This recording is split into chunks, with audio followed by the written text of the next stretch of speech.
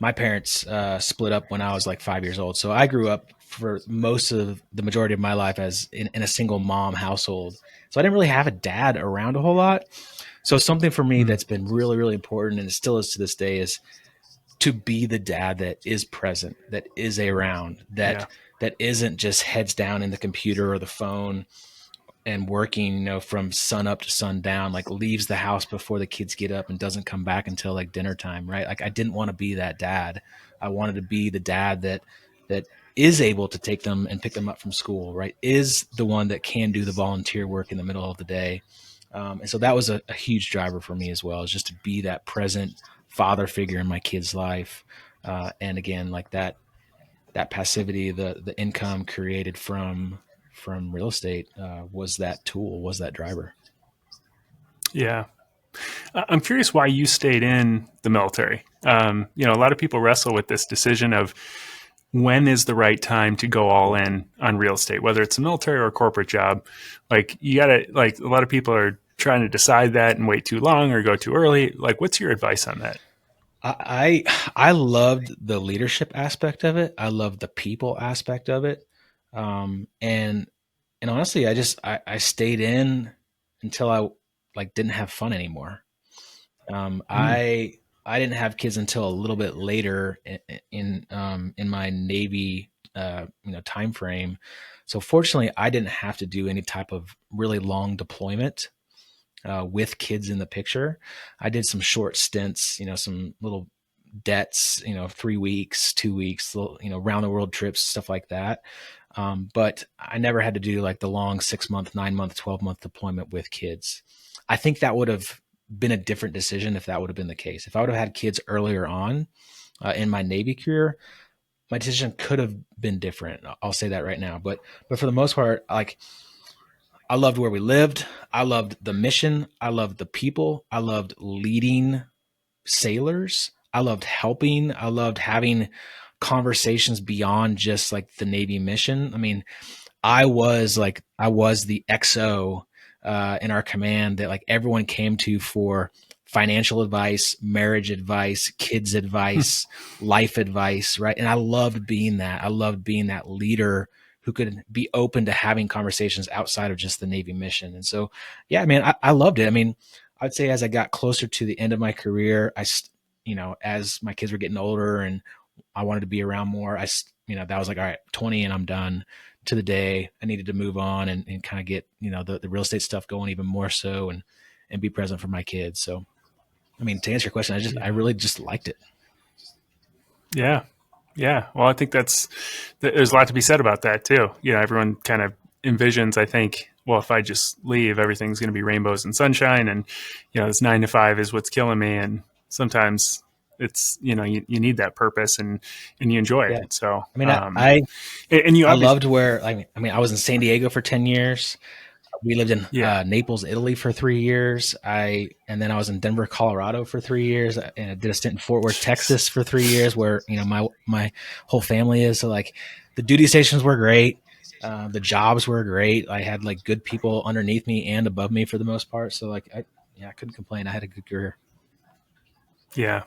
And it obviously paid off for you financially too when you left the military. And it kind of ties into your earlier point too about, how you manage both. You said a lot of guys are going out and just getting hammered on the weekends and then, don't have the capacity to do this. And I heard a quote recently. Someone said it's not about like what you're willing to do to get the results. It's what you're willing to give Mm. up to get the results. And that's much more important.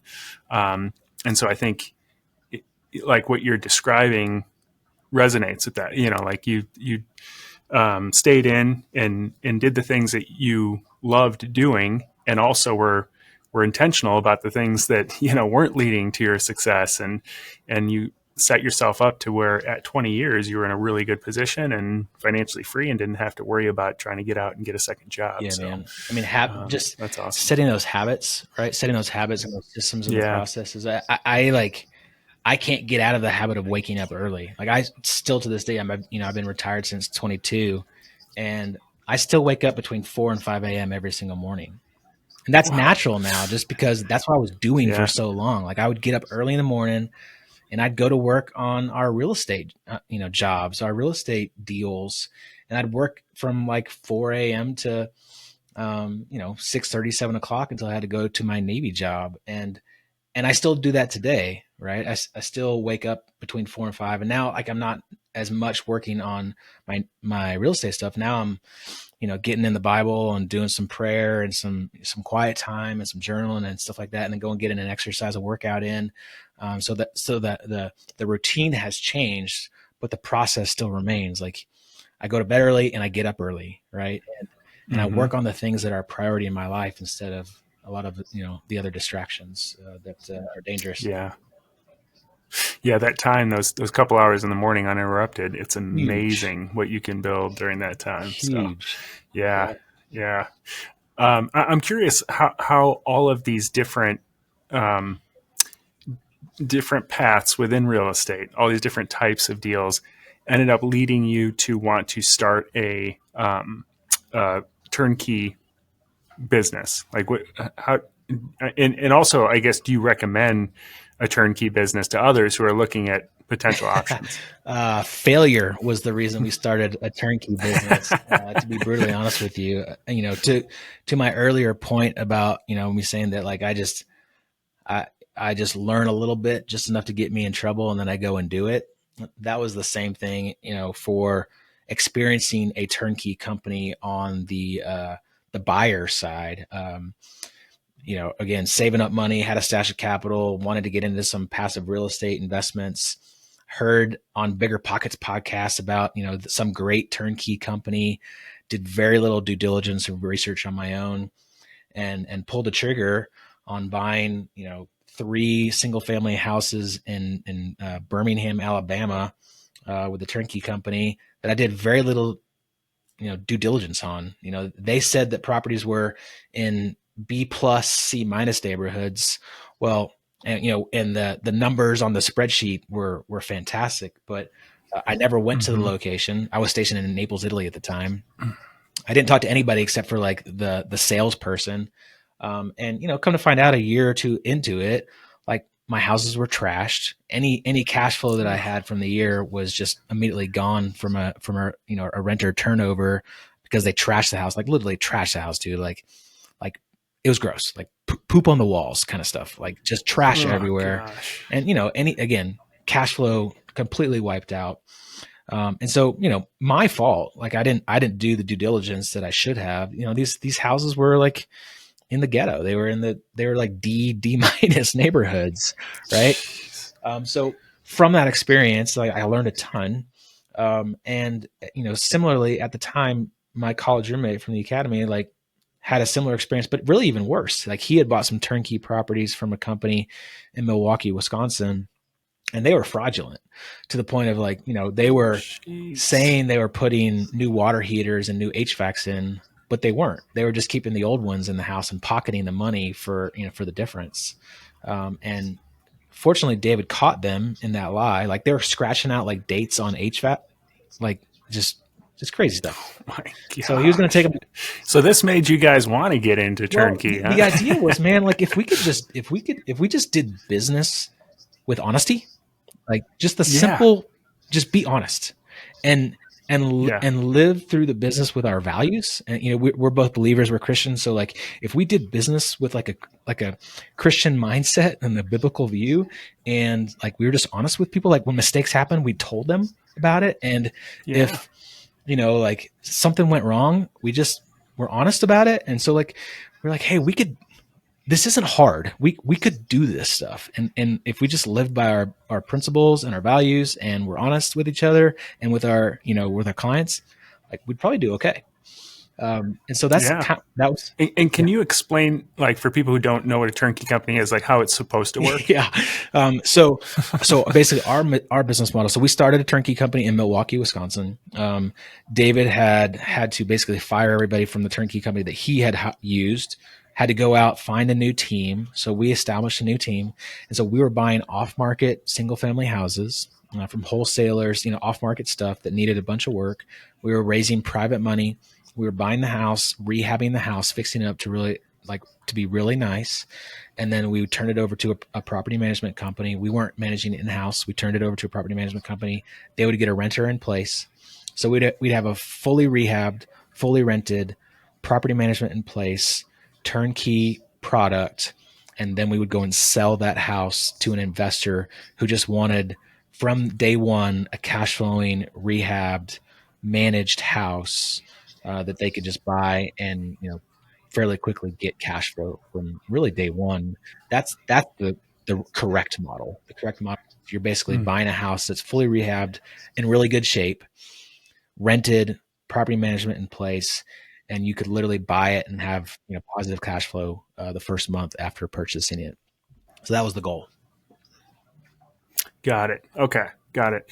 And so how did that progress, I guess, for you guys then over time, and what did that look like? And then again, do you recommend this strategy after having experience with it? If someone's looking to get into real estate, do you think this is a good way to go?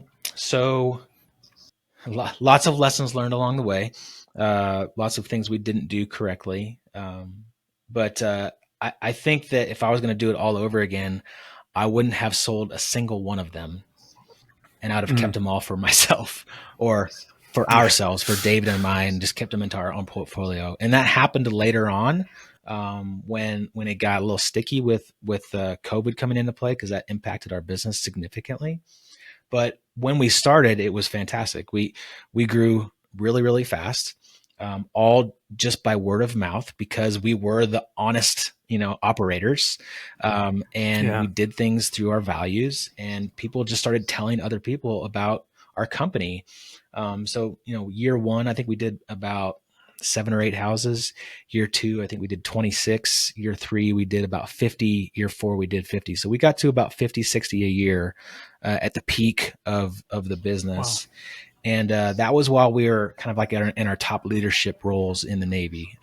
David was the commanding officer of a cyber command, and I was the executive officer, so second in command of a really big reserve center here in Colorado, where I live now. And so it was busy, man. Like the 4 a.m. wake ups was like hard charging in the real estate business until I went to my Navy job. And I would say I probably cheated the Navy a little bit by the end of kind of that time period, because I was really focused on building the real estate business just as much as I was being present for my Navy sailors. So a little bit of a failure there, to be honest with you, but it grew quickly.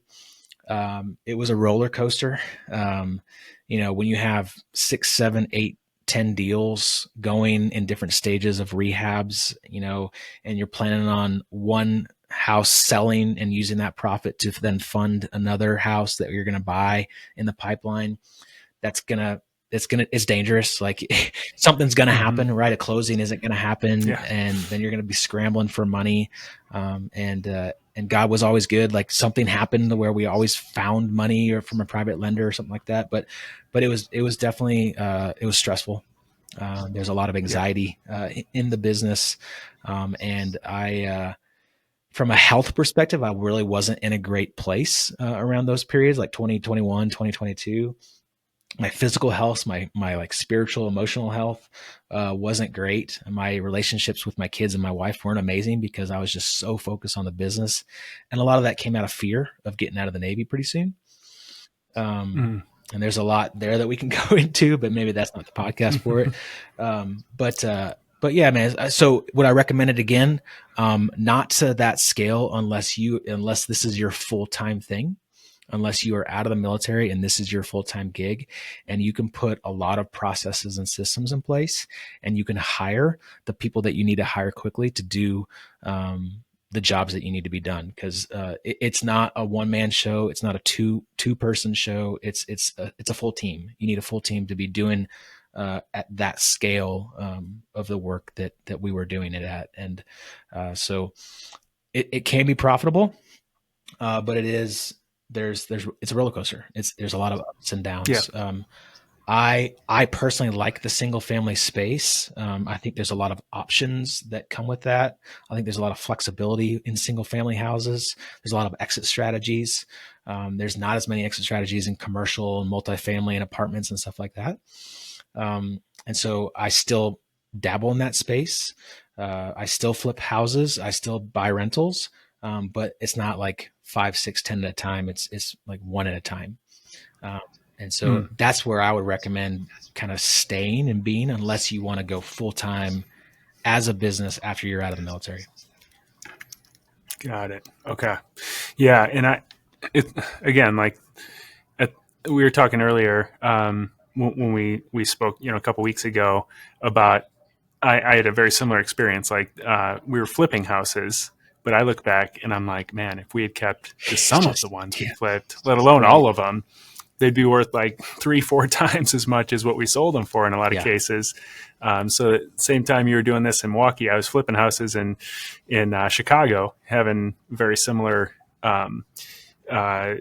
experience at that time. And I think for turnkey, because that was attractive to me as well. And it's, similar to flipping. But I think the cool thing about turnkey is you have buyers in place, and so I think what I've seen, unfortunately, I've heard so many horror stories about turnkey companies, and it seems like they always start off with good intentions of like, we rehab it, we sell it, make a good profit, and then we'll manage it for you.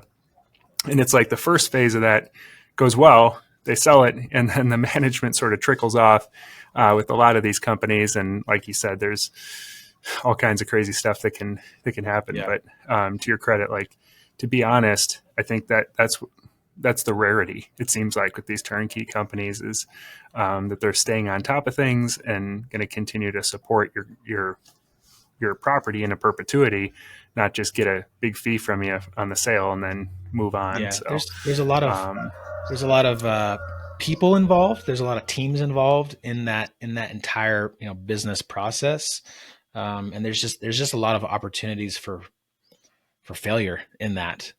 So you really do, like, a company that does well in that specific niche has to have stuff dialed in. Has to have a big team. Has to have just really good systems and processes, and then like stick to their word, which yeah, when money gets involved, that gets a little tricky, right? yeah. And we had many of occasion where we maybe decided that the house didn't need a new roof or it didn't need a new HVAC, and then our turnkey purchaser bought the house, and a couple months in, the roof failed or the HVAC failed. And, our guarantee was that you're not going to have any capital expenditures for the first 2 years of owning the property. Mm, But we told them that if you do have a big expense like that and we should have, fixed it, then that's on us. Like, we'll cover it.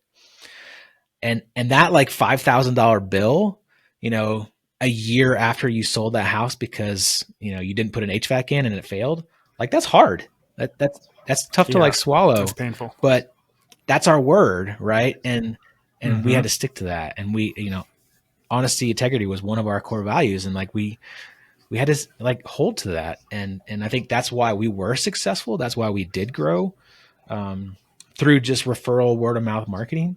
But that's still hard to do, and I think there's a lot of people and a lot of companies that aren't willing to stick with that.